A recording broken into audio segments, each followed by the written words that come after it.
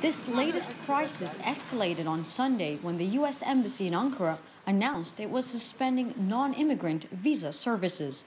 The embassy's statement said it needed to reassess, quote, the commitment of the government of Turkey to the security of U.S. mission and personnel. Only hours later, Turkey followed suit and issued a near-identical statement suspending its processing of visas. Turkey's President Recep Tayyip Erdogan, traveling in Ukraine on Monday, addressed the issue at a news conference and explained why he ordered his staff to reciprocate. Before anything else, this decision is very saddening. The implementation of such a decision by the U.S. ambassador in Ankara is very saddening. Turkey is a state of law, not a tribal state. The move comes days after Turkey arrested an employee of the U.S. consulate in Istanbul on charges of links to the Fethullah Gülen organization, which Ankara believes is behind the failed coup attempt of last year. The U.S. has said the arrest charge was baseless. Meanwhile, some experts here in Turkey say in this dispute, the U.S. has gone too far.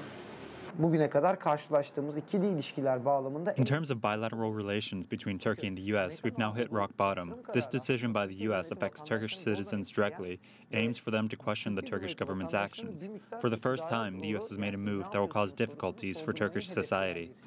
But Turkish-U.S. relations have been unsteady for quite some time now. Ankara was furious last month when U.S. federal prosecutors indicted a former Turkish Minister of Economy for conspiring to violate U.S. sanctions on Iran. And there are major issues of security as well. Turkey has been harshly critical of the U.S. for arming the Syrian Kurdish group YPG in their fight against ISIL, as Ankara sees the YPG as a terrorist organization. Furthermore, Ankara has been calling for the extradition of Fethullah Gülen, the Muslim cleric in self-exile in the U.S., deemed by Ankara as the mastermind of last year's failed coup in Turkey. Washington has rejected the call so far. Though the Turkish Foreign Ministry has summoned the U.S. Embassy Undersecretary to resolve the latest visa crisis, it's not looking likely that relations will return to normal anytime soon. Michal, Bardavid, CGTN, Istanbul.